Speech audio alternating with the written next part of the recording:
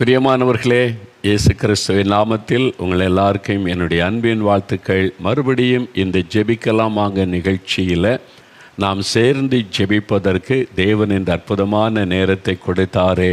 ஆண்டவருக்கே ஸ்தோத்திரம் உண்டாவதாக. கர்த்தர் நம்மை ஜெபிக்கும்படிக்கு இந்த நிகழ்ச்சியில் இணைத்திருக்கிறார். இப்போது நம்ம சாட்சிகளை கேட்க போகிறோம். ஏன்னா உங்களுக்காக ஜெபிக்கணும்ல, உங்களுக்கு ஒரு அற்புதம் இன்றைக்கி தேவைதானே. யாரோ ஒரு வியாதியஸ்தரை வைத்து கொண்டு ஜெபத்துக்காக காத்திருக்கிறீங்க. ஆஸ்பத்திரியில் ஆபத்தான நிலைமையில் வைத்து கொண்டு ஆண்டவர் ஒரு அற்புதம் செய்வார்னு ஜெபிக்க காத்திருக்கிறீங்க தானே. இப்போ இன்றைக்கு இயேசு அற்புதம் செய்வார், பயப்படாதுங்க. நீங்கள் எப்படி ஜெபிக்கணும்? உங்களுடைய விசுவாசத்தோடு ஜெபித்தா இயேசு அற்புதம் செய்வார். இயேசு எங்கும் வியாபித்திருக்கிறவர். இப்போது உங்கள் வீட்டில் உங்கள் பக்கத்தில் இயேசு இருக்கிறார்.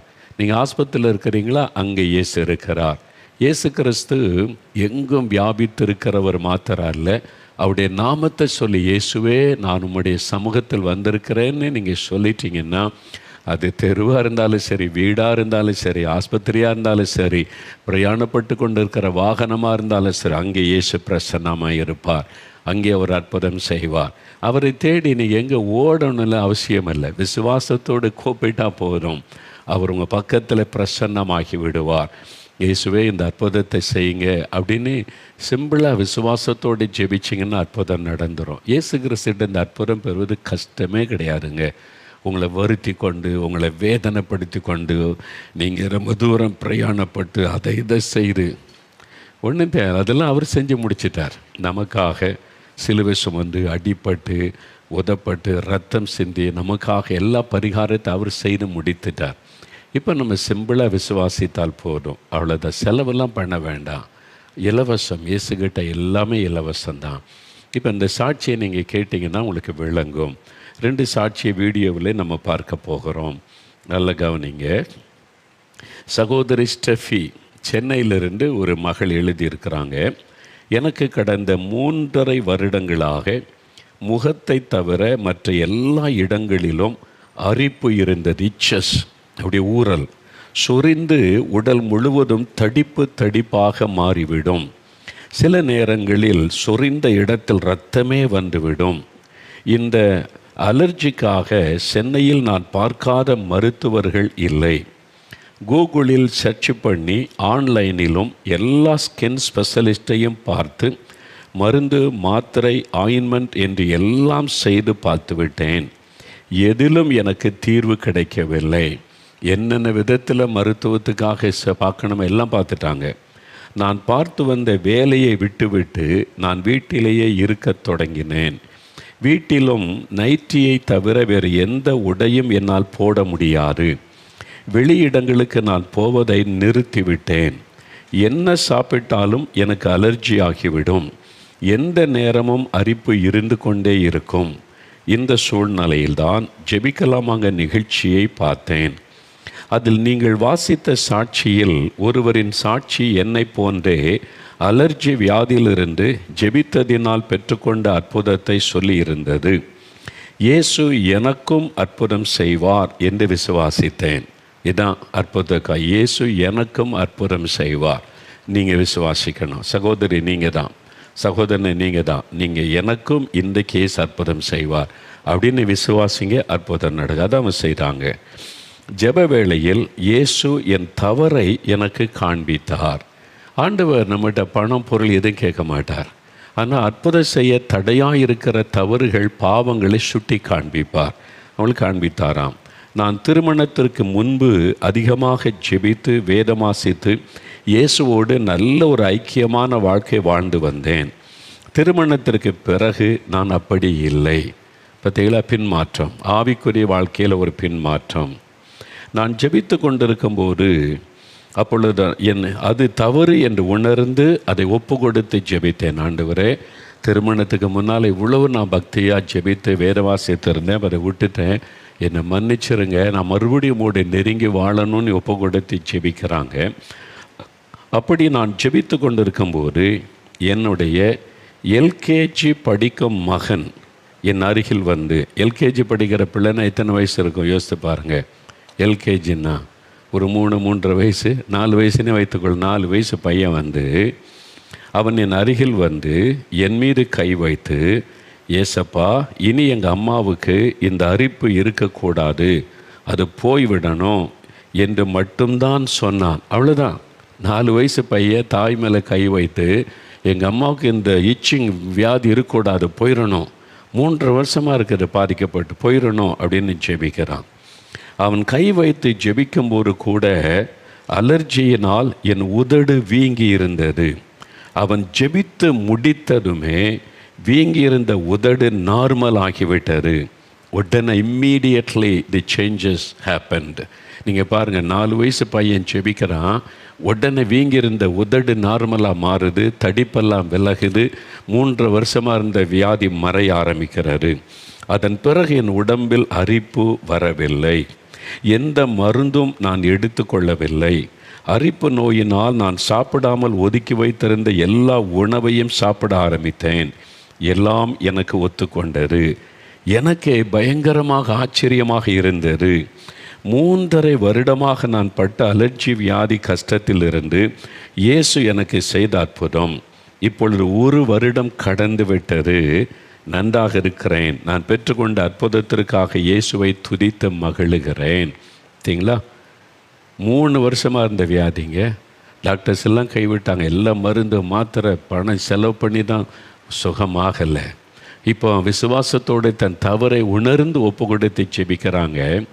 4 வயசு சின்ன பையன் வந்து அம்மாவுக்காக ஜெபிக்கிறான். குட்டி பிள்ளைகள், உங்கள் ஜெபம் எவ்வளோ வல்லமுள்ளது பார்த்தீங்களா? உங்கள் ஜெபத்தை ஏசப்பா கவனித்து கேட்பாங்க. எங்கள் அம்மாவுக்கு சுகம் கொடுங்க, எங்கள் அப்பாவுக்கு சுகம் கொடுங்க, எங்கள் தாத்தாவை பாட்டியை சுகமாக்குங்க, நீங்கள் ஜெபிச்சா போதும். எங்கள் அப்பாவை குடிப்பழக்கத்தை விடுதலை ஆக்குங்க. நீங்கள் ஜெபிச்சிங்கன்னா இயேசு உடனே அற்புதம் செய்வார். இந்த குட்டி தம்பி ஜெபிச்சா அவங்க அம்மாவுக்கு அற்புத சுகம். பார்த்தீங்களா? இது மாதிரி இதுக்கு முன்னால் கேள்விப்பட்டிருக்கீங்களா நீங்கள்? அதான் சொல்கிறேன், எழுப்புதல் ஆரம்பித்து விட்டதுன்னு சொல்ல காரணம் அதுதான். எவ்வளோ பெரிய மிராக்கள். அவங்க சொன்ன சாட்சி சென்னையில் இருக்கிறாங்க. இன்னொரு சாட்சி பாருங்கள். சகோதரி சுபா, திருப்பூர். கடந்த 2 வருடங்களாக எனக்கு பாதத்தில் பித்த வெடிப்பு இருந்தது. பித்த வெடிப்பினால் என்னால் சீராக நடக்க முடியாது. கொஞ்ச தூரம் நடந்தாலுமே பாதம் வலித்து ரத்தம் வழிய ஆரம்பித்து விடும். ரத்தம், பாதம் வெடித்து ரத்தம் வடியுமா? என்ன பயங்கரம் பாருங்கள். வினோதமான வியாதிகளில் ஜனங்கள் நிறைய பேர் கஷ்டப்படுறாங்க. இந்த நாட்களில் தான் ஜனங்களை சந்திக்கும்போது, இந்த அனுபவத்தில் கேட்கும்போது, விதவிதமான நோய்கள் பாதிப்புகளில் கஷ்டப்படுகிற மக்கள். அதனால் நிற்கக்கூட என்னால் முடியாது, நிற்கக்கூட முடியாதான். பாதத்தில் வெடித்த ரத்தம் வழிஞ்சா எப்படி இருக்கும்? நிற்பதில் சிரமம் இருப்பதால் எந்த வேலைகளையும் செய்யவும் முடியாது. நான் பார்க்காத வைத்தியம் இல்லை. மருந்து மாத்திரைகளை சாப்பிட்டும் ஆயின்மெண்ட்டுகளை தடவியும் பார்த்துவிட்டேன். கொஞ்ச நேரம் வலி பொறுக்க முடியும், மறுபடியும் வலி வந்துவிடும். மருத்துவர்களும் இது ஒரு விதமான சோரியாசிஸ், இதற்கு நிரந்தர தீர்வு இல்லை என்றும் சொல்லிவிட்டார்கள். அவ்வளோதான், இதுக்கு மருந்து இல்லை. டெம்பரவரியாக கொஞ்சம் வலி குறையும், அவ்வளோதான், நிரந்தர மருந்து இல்லை. 2 மாதத்திற்கு முன்பாக உங்களுடைய ஜெபிக்கலாமாங்க நிகழ்ச்சியை பார்த்தேன். இதே மாதிரி நிகழ்ச்சி. ஒரு நாள் ஜெப வேளையில் பாத வெடிப்பு பிரச்சனையில் அவதிப்படுகிறவர்களுக்காக நீங்கள் விசேஷமாக ஜெபம் செய்தீர்கள். இது ஆவியானுடைய கிரியை. ஆண்டவர் வந்து தேவையோடு இருக்கிற மக்களை அறிந்து அதற்காக ஜெபிக்க தூண்டுவார். அதுதான் அந்த ஜெபம். நானும் என்னுடைய பாத வெடிப்பு பிரச்சனைக்காக மிகவும் அழுது ஜெபம் செய்தேன். பெரிய அற்புதம். நான் ஜெபித்த நாளிலிருந்து ஒரே மாதத்திற்குள்ளாக கொஞ்சம் கொஞ்சமாக என் கால் பூரணமாய் சுகம் அடைந்து விட்டது. இப்பொழுது எந்த பிரச்சனையும் இல்லை. நான் எந்த மருந்து மாத்திரையும் எடுத்து கொள்ளவில்லை. இயேசு எனக்கு செய்த அற்புதத்திற்காக கோடான கோடி நன்றி செலுத்துகிறேன்.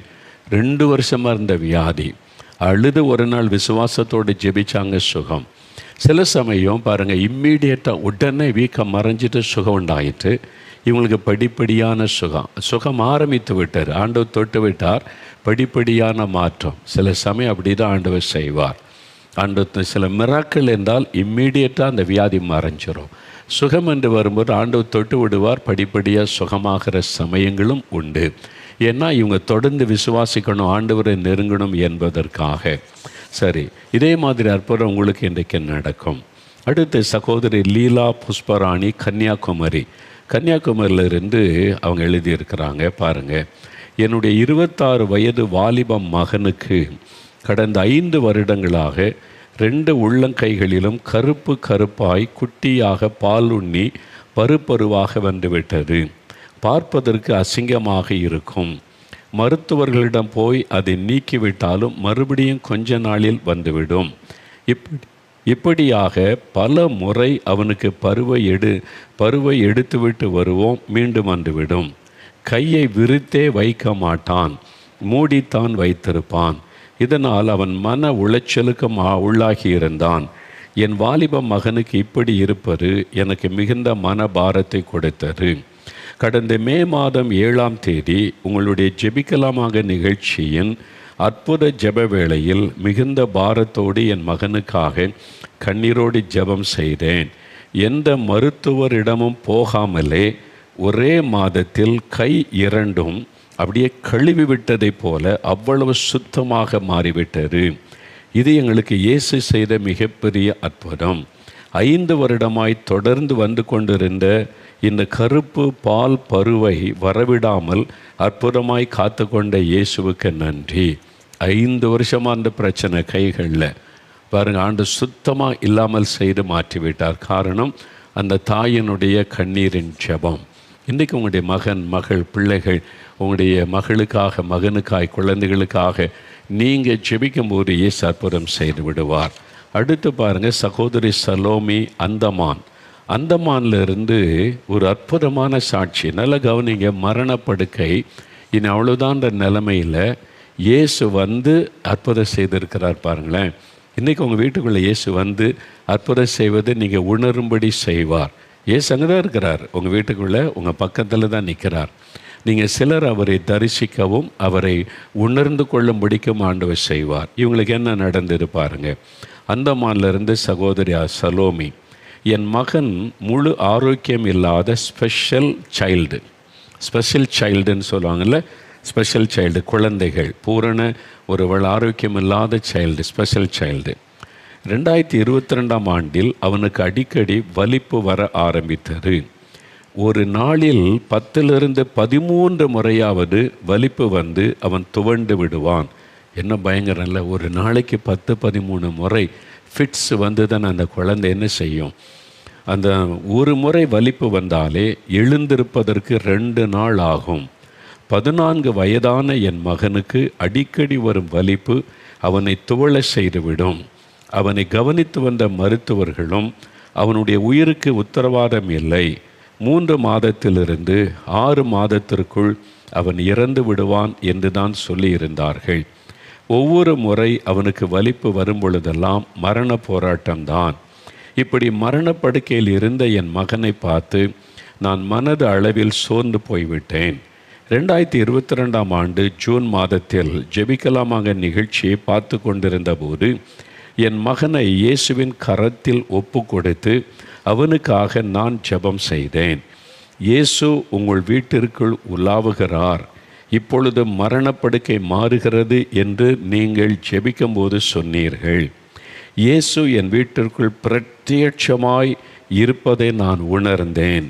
இயேசுவின் கரம் என் மகனை தொட்டதை நான் பார்த்தேன். அந்த இரவே என் மகன் சுகமானான்.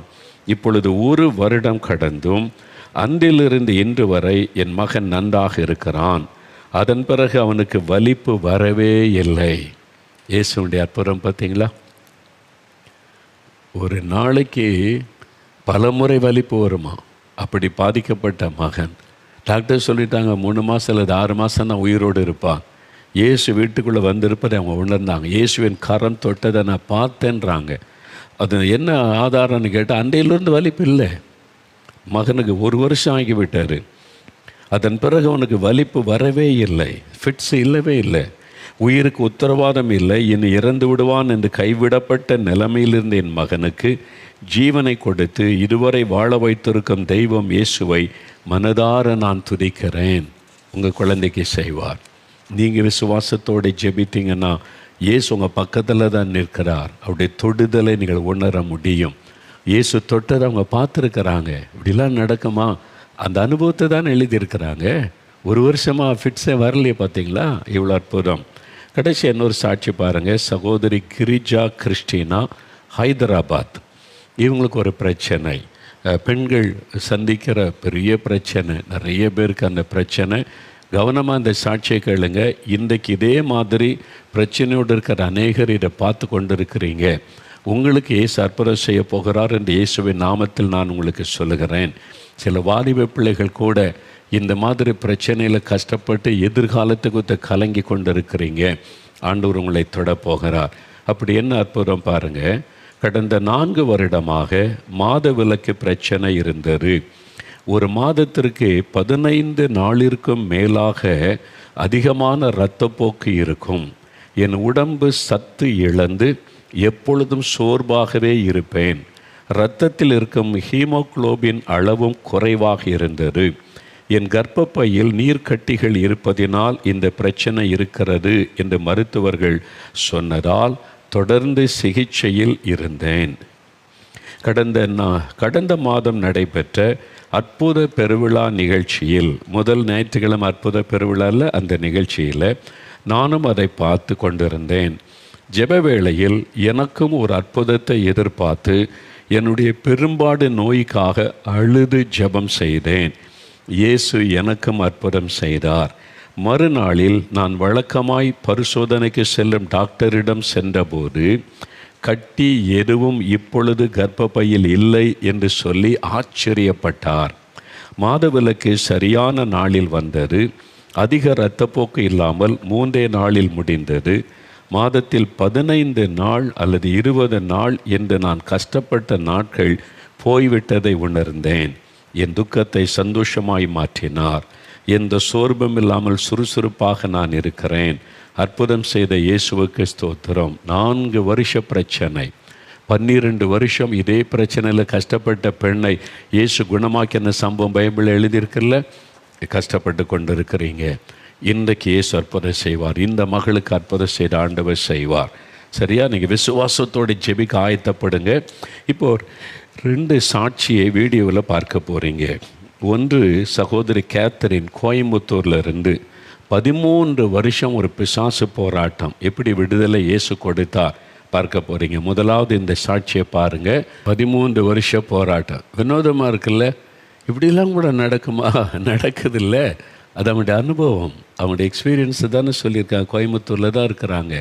செடியெல்லாம் கூட கரிகிறோமா. பில்லு சொன்னி அந்த பிசாசன் கரிய பார்த்தீங்களா?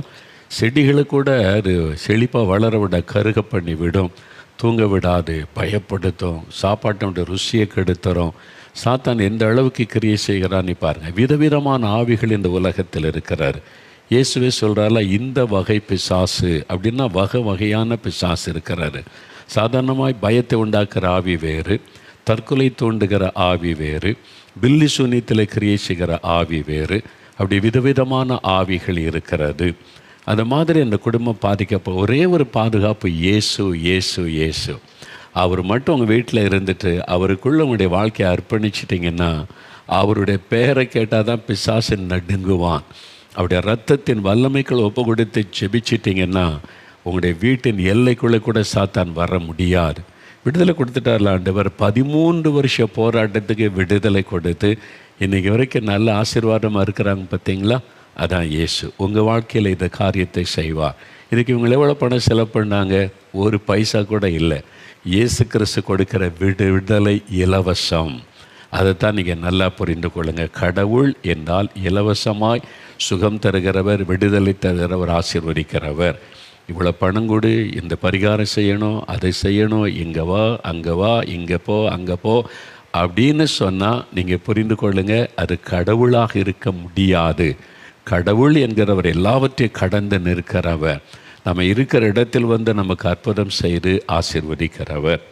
சரி, இன்னொரு சாட்சி பாருங்கள். சகோதரர் முனியாண்டி, வால்பாறையிலிருந்து சகோதரர் முனியாண்டி, அவர் வாழ்க்கையில் என்ன நடந்து பாருங்களேன். இயேசு பிசாசு கட்டிலேருந்து விடுதலை கொடுக்கிறார், வியாதிலேருந்து சுகம் கொடுக்கிறார். இவருக்கு எதுலேருந்து விடுதலை கிடைச்சி பாரு, மிகப்பெரிய அற்புதம். அதாவது 38 வருடமாக இருந்த ஒரு அடிமைத்தனத்திலிருந்து விடுதலை. அவர் சாட்சியை கேளுங்க. 38 வருஷம் மதுபான பழக்கத்தில் அடிமைப்பட்டு குடும்பமே நரகம். ஒரு நாள் கூட நிம்மதி கிடையாது, அடிபடாத நாள் கிடையாது. காலேஜில் படிக்கிற பிள்ளைகளை மதுபானம் வாங்கிட்டு வர சொல்லி அடித்து விரட்டுவது, இந்த மதுபானம் எவ்வளோ பெரிய பாதிப்பை எத்தனை லட்சம் குடும்பங்களில் இன்றைக்கும் கொடுத்து கொண்டு இருக்கிறாரு. யார் விடுதலை தருவாங்க? இயேசு என்கிற அற்புதமான இரட்சகர். அவருடைய வார்த்தை கேட்டு ஒரு நாள் ஒப்பு கொடுத்து ஜெபித்தார். 32 வருஷ பழக்கத்தின் விடுதலை.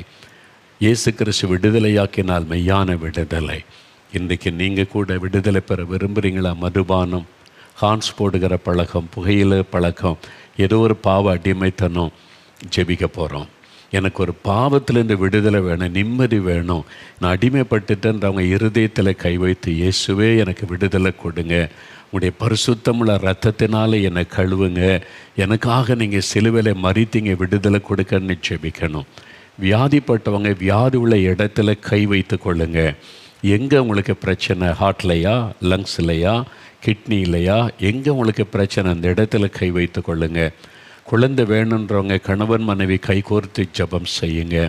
உங்களுக்கு எந்தெந்த இடத்துல வலி வேதனை இருக்குதோ ஜெபிங்க. அல்லது பிசாசு போராட்டம், பயத்தின் ஆவினா நெஞ்சில் கை வைத்து இயேசுவின் நாமத்தை சொல்லணும். இயேசுவே என்னை தொடும், இயேசுவே விடுதலை தாரும், இயேசு கிறிஸ்துவின் நாமத்தில் விடுதலை உண்டாகட்டும். இயேசு கிறிஸ்துவின் நாமத்தை நீங்கள் சொல்லணும். அவர்களுடைய பெயரில் தான் அவ்வளோ பெரிய அற்புதம் நடைபெறுகிறாரு. மனிதனுக்காக சிலுவில் தன்னை பலியாய் கொடுத்து மரணத்தை ஜெயித்து உயிர்த்தெழுந்தவர் இயேசு. இன்றைக்கு அவர் உயிரோடு இருக்கிறார் என்பதற்கு தான் இவ்வளவு சாட்சிகளே நீங்கள் பார்க்குறீங்க. இவ்வளவு அற்புத சாட்சியை பார்த்தும் நீங்கள் விசுவாசிக்காவிட்டால் நீங்கள் தான் பதில் சொல்லணும், அவ்வளோதான். அதனால் இயேசு யாரையும் கட்டாயப்படுத்துவதில்லை. விரும்பி வந்த எல்லாரும் அற்புதம் பெற்றுக்கொள்கிறாங்க, அவ்வளோதான். இப்போ ஒரு 5 நிமிடம் உங்களுக்கு டைம் தரேன். நீங்கள் செபிக்கணும். கண்களை மூடுங்க. முடிந்தால் முழங்கால் படியிட்டு கொள்ளுங்க. அல்லது எனக்கு அப்படி பழக்கம் இல்லைன்னா உட்கார்ந்து இருதயத்தில் கை வைங்க. கண்களை மூடிக்கொள்வது எதுக்குன்னா எண்ணம் ஒருமுகப்படணும். நீங்கள் கண்ணை திறந்து வேடிக்கை பார்த்து அடுத்தவங்களை பார்த்து கொண்டு இருந்தால் உருமனம் உண்டாகாது. இயேசுவை மாத்திரம் மனதில் நினைத்து, இயேசுவே என்னை தொடுங்க. அவர் உங்கள் பக்கத்தில் தான் நிற்கிறார், எங்கோ தூரமாக இல்லை, உங்கள் பக்கத்தில், உங்கள் வீட்டுக்குள்ளே, நீங்கள் இருக்கிற இடத்துல வியாதிப்பட்ட யாராவது இருந்தால் அவங்க மேலே கை வைங்க.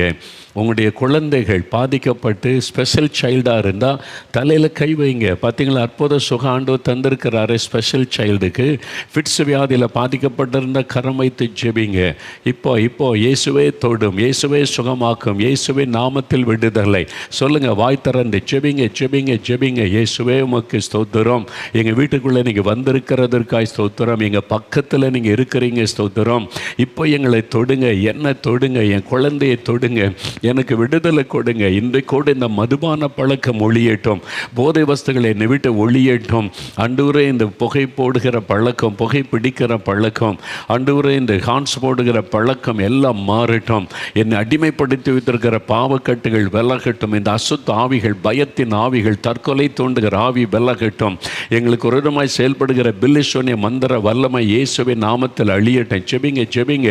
நீங்கள் வாய் திறந்து சொல்லணும். இயேசுவே தொடும், இயேசுவே விடுதலை தாரும், இயேசுவே இந்த பிசாசின் கட்டுகள் அறுக்கப்படட்டும்.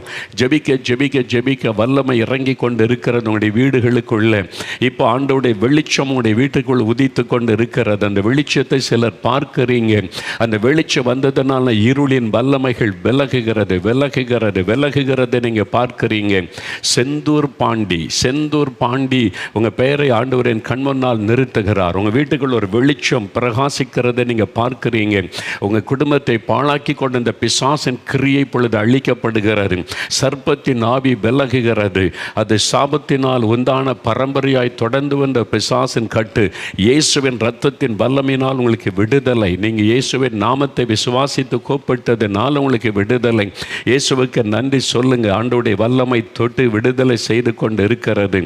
சௌந்தர பாண்டியன் ஆண்டவர் இயேசு உங்களை தொடுகிறார். சௌந்தர பாண்டியன்.